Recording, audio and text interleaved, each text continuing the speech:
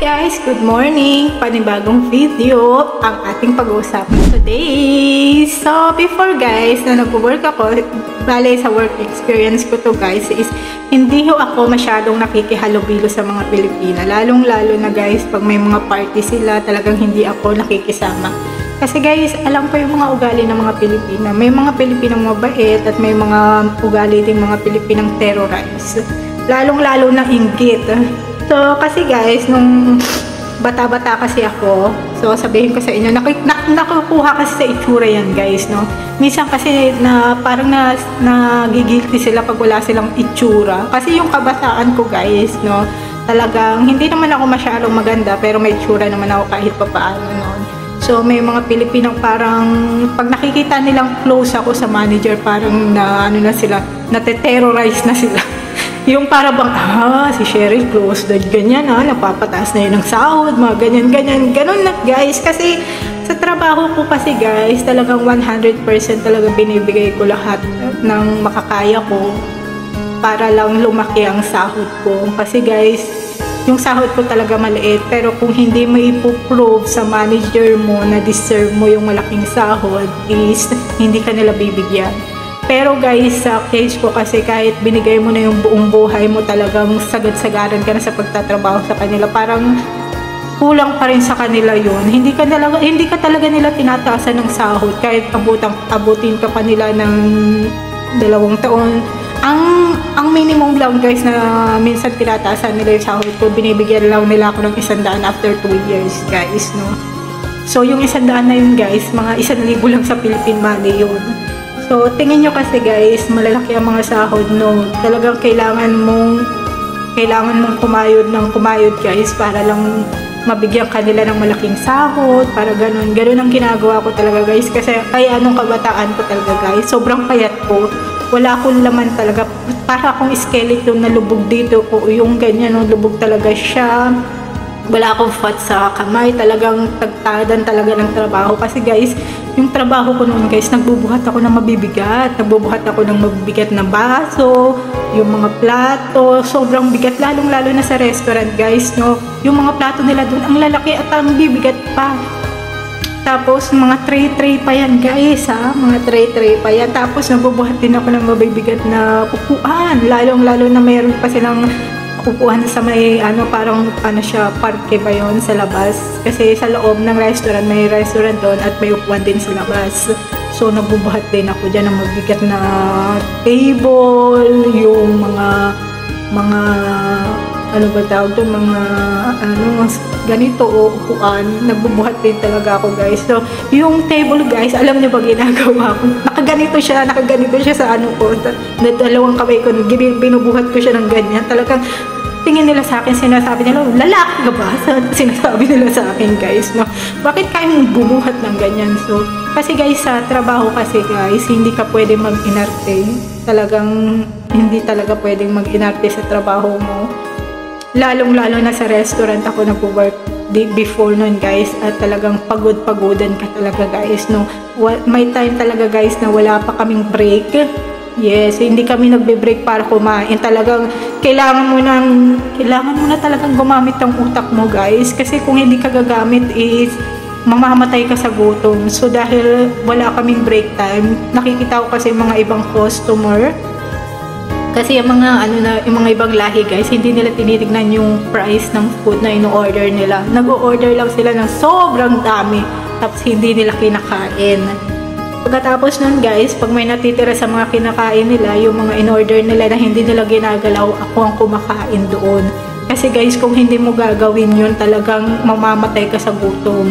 Talagang ganun guys. So, ako talaga kumakain, lalong-lalo na pag may mga rice, mabilisan kami. Lahat kami na nagtatrabaho sa restaurant guys, no?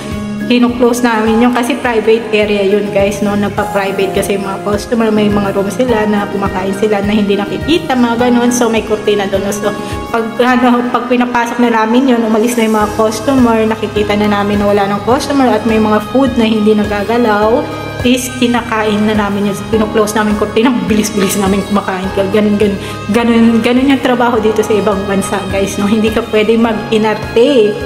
Kasi guys, pag nag-iinarte ka, tatanggalin ka sa trabaho.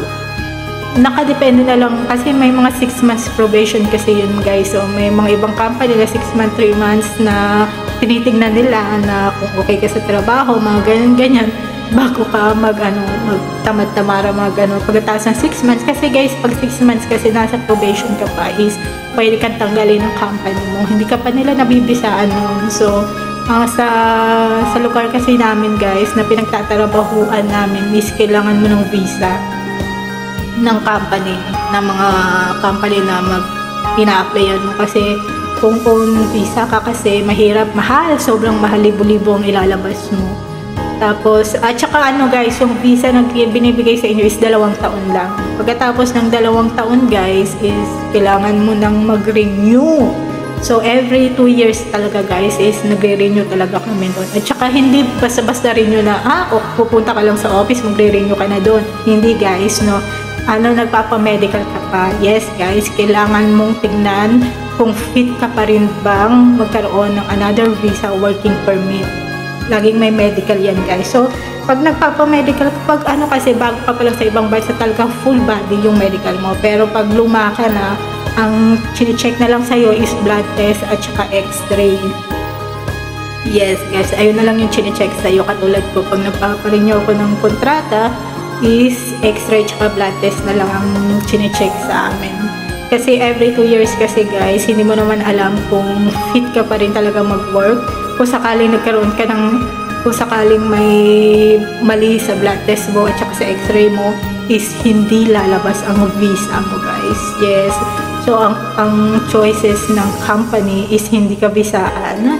Kasi guys, kahit na hindi ka nila bisaan, or mag-work ka with another company, medical pa rin talaga ang pinaka-importante. Hindi ka pwedeng, hindi makaka-release yung working permit mo pag may mali sa medical mo guys. So, ganun ang nangyayari. So, pag kami kasi mga Pilipino, pag alam namin tapos na yung kontrata namin, ang ginagawa namin dyan guys, umiinom na kami ng milk. Milk talaga ang ininom namin. Nagtutunggaan na kami ng mga milk para yung medical namin is maging okay.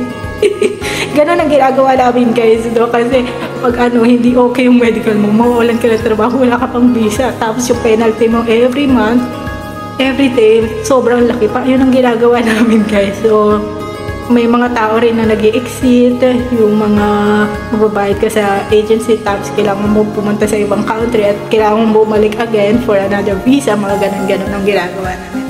So, ayan ang buhay guys dito sa ibang bansa, no? Talagang tadtadan ka sa trabaho guys. Ay, pagpasensya nyo na sinisipon ako kasi malamig talaga ang weather today.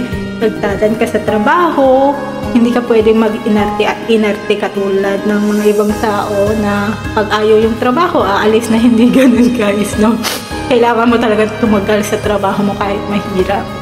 Maganda sana kung kahit mahirap yung trabaho mo pero malaki ang sahod, magandang pasahod, okay lang sana. Kaso mahirap na nga yung trabaho mo tapos maliit pa yung sahod mo, talagang walang nangyayari sa buhay mo. So talaga guys, sa mga OFW talaga guys is some of them na hindi masyadong nakakaipon talaga guys.